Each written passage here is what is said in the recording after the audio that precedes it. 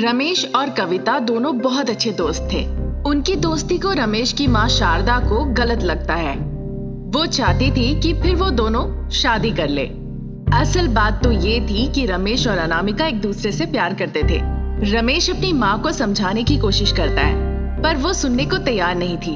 उनके ना मानने के पीछे बात ये थी कि कविता बहुत ही अमीर खानदान से थी और अनामिका बहुत गरीब परिवार से थी। दिन गुजरते गए, फिर रमेश की शादी कविता के साथ हो जाती है। इस बारे में जब अनामिका को पता चला तो उसे बहुत बुरा लगा। 1 साल निकल गए। कविता एक बच्ची को जन्म देती है और मर जाती है। क्योंकि बच्ची बहुत छोटी थी तो कोई चाहिए था कि बच्ची के साथ साथ रमेश का भी ध्यान रखे, क्योंकि रमेश भी जवान था। इसीलिए शारदा उसकी दूसरी शादी के बारे में सोचने लगती है। इस बारे में वो रमेश को जाके कहती है, माँ, मैं फिर से शादी नहीं करना चाहता। मेरी बातों को समझने की कोशिश करो। मेरे ना चाहते हुए भी तुमने मेरी जबरदस्ती शादी कराई। जब सब कुछ ठीक हुआ तब ईश्वर ने कविता को ले लिया। ऐसा कहकर रमेश दुखी हो जाता है। देखो रमेश, जो होना था हो गया। मुझे नहीं पता कब मैं चल बसूं, इसीलिए तुम्हारी शादी होनी जरूरी है। इस बच्चे का कौन देखभाल करेगा? वो बार बार यही बात कहती रहती थी, पर रमेश को कोई इंटरेस्ट नहीं था। जब उसकी माँ जोर देती है और वो बच नहीं पाता, वो अनामिका की बात छेड़ता है। इस विषय में वो अपनी माँ से बात करता है, लेकिन शारदा तब भी नहीं चाहती थी अनामिका को उस घर की बहू बनाने के लिए। माँ, अगर मुझे शादी करनी हो तो मैं बस अनामिका से ही शादी करूंगा, नहीं तो मैं किसी से नहीं करूंगा। फिर कोई चारा ही नहीं रहा। तब शारदा को उसकी बात माननी पड़ी और उन दोनों की उसने शादी करा दी। उन दोनों की शादी हो गई। अनामिका उस बच्ची का बहुत अच्छे से ख्याल रखती थी। फिर वो बच्ची थोड़ी बड़ी हो गई।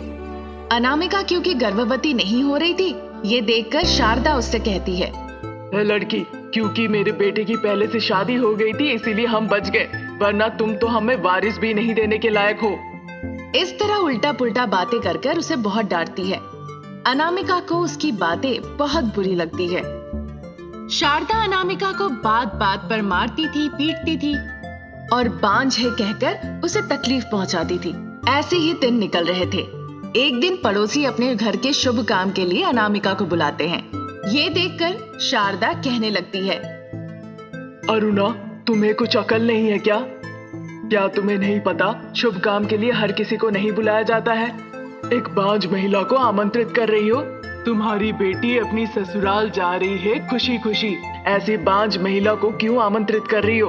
उसकी पाप भरी दृष्टि तो घास को भी जला देगी। तुम्हारी बेटी का भी बदनाम होगा कि वो बांझ है बोल के। ऐसे लोगों को ना ही बुलाओ तो बेहतर है। इस तरह शारदा अनामिका को बहुत खरी खोटी सुनाती है। अनामिका रोते रोते अंदर चली जाती है। उस रात जब अनामिका के पति घर लौट आते हैं, अनामिका का चेहरा देखकर रमेश कहने लगता है, क्या हुआ अनामिका, तुम ऐसी क्यों लग रही हो? क्या हुआ बताओ? पर अनामिका कुछ भी नहीं कहती है उससे। अजी, हमारी शादी के 5 साल हो गए, फिर भी हमें कोई बच्चे नहीं हुए। लगता है मुझे कोई परेशानी है। एक बार मुझे अस्पताल ले चलो, मैं भी एक बच्चे को जन्म देना चाहती हूँ। इस तरह वो रमेश को रोते हुए कहती है। रमेश उसे समझाता है और कहता है कि कल उसे वो अस्पताल ले जाएगा। उसकी बात से अनामिका खुश हो जाती है और हाँ कह देती है। अगले दिन अनामिका और रमेश अस्पताल जाते हैं। डॉक्टर प्रियंका अनामिका की परीक्षा करती है और कहती है छोटी सी समस्या है, दवा खाने से ठीक हो जाएगी। फिर वो दवाइयां लेकर घर चले जाते हैं। डॉक्टर प्रियंका ने जो दवाइयां दी थी वो अनामिका लेना शुरू कर देती है। कुछ महीनों बाद अनामिका गर्भवती हो जाती है। इस खबर से अनामिका और रमेश दोनों बहुत खुश होते हैं, पर शारदा खुश नहीं होती है, बस ठीक है कहती है। कुछ दिन निकल जाते हैं। अनामिका गर्भवती होने की वजह से वो घर का ज्यादा कामकाज नहीं कर पाती है। उसकी सौतेली बेटी कीर्ति उसे हमेशा उसके साथ खेलने के लिए कहती है। बेटा कीर्ति, मैं तुम्हारे साथ ज्यादा नहीं खेल सकती। तुम्हारा छोटा भाई मेरे पेट में है ना, इसीलिए बेटा। फिर रोते रोते कीर्ति शारदा के पास जाती है। फिर शारदा पूछती है कि वो क्यों रो रही है। तब कीर्ति कहती है कि उसकी माँ ने कहा है कि वो उसके साथ नहीं खेल सकती। ये बात सुन के शारदा को बड़ा गुस्सा आता है और वो जाके कहने लगती है, अरे अनामिका, मुझे तुम्हारी दुष्ट और गंदी योजना के बारे में पता है। तुम अपने बेटे को जन्म देने के बाद इसका ख्याल नहीं रखोगी। तुम्हें दया नहीं आती है, तुम बहुत क्रूर हो। उसके मन में जो आता है वो कहती है और फिर बाद में वो उसे पीटने भी लगती है। दादी दादी उसे मत मारो, उसके पेट में बच्चा है। ऐसा कहकर वो रोने लगती है, पर शारदा कीर्ति को भी साइड में ढकेल देती है। कीर्ति दूर जाके गिरती है। बाद में शारदा उसे उठा के अपने साथ लेके चली जाती है। अनामिका रोने लगती है। रात हो गई थी, फिर भी रमेश घर नहीं लौटा। इस बात से सभी को चिंता होती है। थोड़ी देर बाद उन्हें एक बहुत बुरी खबर मिलती है कि एक एक्सीडेंट में रमेश की मौत हो गई है। इस विषय में जानने के बाद शारदा अनामिका दोनों ही बहुत रोते हैं। बाद में उसका अंतिम संस्कार किया जाता है। क्योंकि रमेश की मृत्यु हो गई थी, इसीलिए शारदा अनामिका के साथ और दुर्व्यवहार करती है। अनामिका फिर भी सब कुछ बर्दाश्त कर रही थी। एक दिन साफ सफाई के दौरान बच्ची की आंखों में धूल चला जाता है।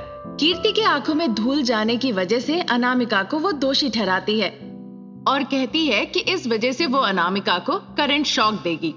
फिर जैसा कहा था उसने अनामिका को करंट शॉक भी दिया। इसी तरह दिन निकल रहे थे। एक रात अनामिका को प्रसव पीड़ा शुरू होता है। एक रात अनामिका को लेबर पेन शुरू हो जाता है। बेचारी अनामिका दर्द में तड़पती है। फिर एक पुत्र संतान को जन्म देती है और मर जाती है। अनामिका की मृत्यु के बाद शारदा को बहुत बुरा लगता है। बाद में शारदा खेत में काम करने लगती है और दोनों बच्चों को अकेले ही देखभाल करने लगती है। कृष्णपल्ली नाम का एक गांव था। वहाँ शारदा नाम की एक महिला रहती थी। पति ना होने की वजह से वो कड़ी मेहनत करती है और बेटी शांति की अच्छे से शादी कराती है। बेटे रमेश को अच्छी शिक्षा देती है। बेटी शांति और उसके पति किरण उसी गांव में रहते थे। रमेश कठिन परिश्रम करता है एक अच्छी नौकरी ढूंढने के लिए। इस प्रक्रिया के दौरान अनामिका नाम की एक अमीर महिला से उसे प्यार हो जाता है। इस बात का पता चलते ही अनामिका के पिताजी शंकर शारदा से मिलने आते हैं।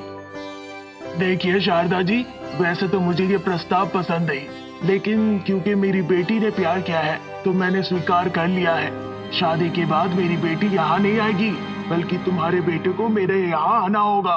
अगर आप इसके लिए मंजूर है तभी शादी होगी। शंकर जी ऐसा कहते हैं। शंकर जी की बातों पर शारदा कहती है, बच्चे अगर खुश है तो मुझे क्या फर्क पड़ता है कि वो कहाँ रह रहे हैं। ऐसा शारदा कहती है। फिर कुछ दिनों के बाद रमेश और अनामिका दोनों की शादी हो जाती है। रमेश अपनी माँ को छोड़ के अनामिका के घर पे चला जाता है। वो वहाँ खुशी खुशी रहने लगता है और अपनी माँ को पूरी तरह से भूल जाता है। कुछ दिन निकल जाते हैं। रमेश को अच्छी नौकरी मिलती है, लेकिन उसके ससुर जी आके उससे कहने लगते हैं, देखो रमेश, मैंने इतनी कमाई है कि 15 पीढ़ियों तक बैठ के खाए, फिर तुम्हें ये नौकरी करने की क्या जरूरत। उनकी ऐसी बातें सुनकर रमेश ने भी नौकरी छोड़ दी और घर पे ही बैठ जाता है। ऐसे ही दिन निकलते गए। एक दिन रमेश की माँ उससे मिलने आती है। वहां पे जो वॉचमैन था रमन, वो उसे देख के कहता है, बीवी जी आप अंदर नहीं जा सकते, आप बाहर ही खड़े रहिए। किससे मिलना है बताइए, मैं उनको जाके बताऊंगा। देखो, मैं अनामिका की सासू माँ हूँ। रमेश मेरा बेटा है, मुझे अंदर जाने दो। शारदा कहती है। फिर भी वॉचमैन उसे अंदर जाने नहीं देता है। पहरेदार सूचना भेजता है कि शारदा आई है, लेकिन ना तो अनामिका और ना ही रमेश बाहर आता है। वो बहुत देर तक धूप में खड़ी रहती है, इंतजार करती है। काफी देर होने के बाद भी जब कोई नहीं आता है, शारदा को बहुत बुरा लगता है और वो घर वापस चली जाती है। घर जाने के बाद वो बहुत उदास महसूस करती है और सोचती है, आज रमेश और मेरा जन्मदिन है। हर साल हम मंदिर जाया करते थे, भगवान की पूजा देते थे और केक काटते थे। वो भले ही भूल जाए, पर मैं नहीं भूल सकती क्योंकि मैं एक माँ हूँ। ऐसा सोचकर शारदा बहुत दुखी हो जाती है। तब तक शारदा की पोती कावेरी वहां आती है। कावेरी शारदा की बेटी है। वहां कावेरी केक ले आती है और शारदा से कहती है, दादी आज मामा और आपका जन्मदिन है, इसीलिए मैं आपके लिए छोटा सा केक लाई हूँ। ये छोटा है क्योंकि मेरे पास पैसे नहीं थे, आप बुरा ना माने। हर साल मुझे याद रहता है। इस साल मुझे पता है कि मामा नहीं आने वाले हैं, इसलिए मैं ले आई। कावेरी कहती है। शारदा ये सुनकर बहुत दुखी हो जाती है। कावेरी छोटी बच्ची होने के बाद भी अच्छी अच्छी बातें करके शारदा के चेहरे पे मुस्कुराहट ले आती है और उसे केक काटने को कहती है। शारदा ना चाहते हुए भी कावेरी की खुशी के लिए, ताकि वो बुरा ना मान जाए, वो केक काटती है। कावेरी तालियां बजाकर एक टुकड़ा केक का शारदा के मुंह में डाल देती है। शारदा खुशी से कावेरी को गले लगा लेती है। इसी तरह वो दिन निकल जाता है। उसके 4 दिनों के बाद अनामिका का जन्मदिन आता है। अनामिका और रमेश दोनों शारदा से मिलने आते हैं। सासू माँ, मैंने अपने जीवन में बहुत सारे जन्मदिन मनाए हैं, लेकिन ये जन्मदिन बहुत खास है क्योंकि आपके बेटे ने मेरी जिंदगी में प्रवेश किया है। उसके प्रवेश करने के बाद ये पहला जन्मदिन समारोह है, इसीलिए आपको अनिवार्य रूप से वहाँ उपस्थित रहना होगा। वैसे आप रमेश के जन्मदिन पर क्यों नहीं आई सासू माँ? इस तरह अनामिका शारदा से कहती है। तब तक रमेश अपनी माँ से कहने लगता है, शायद माँ खेत के काम में व्यस्त होगी, इसीलिए नहीं आ पाई। रमेश इस तरह कहता है।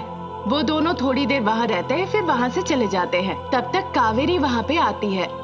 नानी, अनामिका मामी तो अच्छी है, लेकिन मामा मन से बदल गए हैं। उन्होंने आपको अपने जन्मदिन पर आमंत्रित ही नहीं किया और इस बात को छुपाने के लिए उन्होंने कुछ और कह दी। आपको कुछ समझ में आया नानी? शारदा मन ही मन रोएगी पर एक शब्द बुरा नहीं कहेगी। 4 दिन ऐसे ही निकल गए। उसके बाद कावेरी तैयार होके शारदा के पास आती है। कावेरी शारदा से कहती है अनामिका के जन्मदिन पर चलने के लिए, पर शारदा जाने के लिए मना कर देती है क्योंकि रमेश ने शारदा से कहा था कि उसके पास पैसे नहीं है, वहां पे मत आना, बहुत अपमान होगा। उस बात को सोचकर शारदा ने अपनी पोती कविता को जाने से मना कर दिया। ये बात पता चलते ही अनामिका अपने पति को सबक सिखाने के लिए अपने पति, साथ ही अपने रिश्तेदारों को शारदा के घर लेके पहुंचती है। रमेश को अपनी गलतियों का एहसास होता है। फिर जन्मदिन बहुत धूमधाम से मनाया जाता है। अनामिका दिल की बहुत अच्छी है, ये जानकर शारदा बहुत खुश होती है। उसके बाद से अनामिका, रमेश और शारदा तीनों एक साथ मिलकर खुशी खुशी रहने लगते हैं।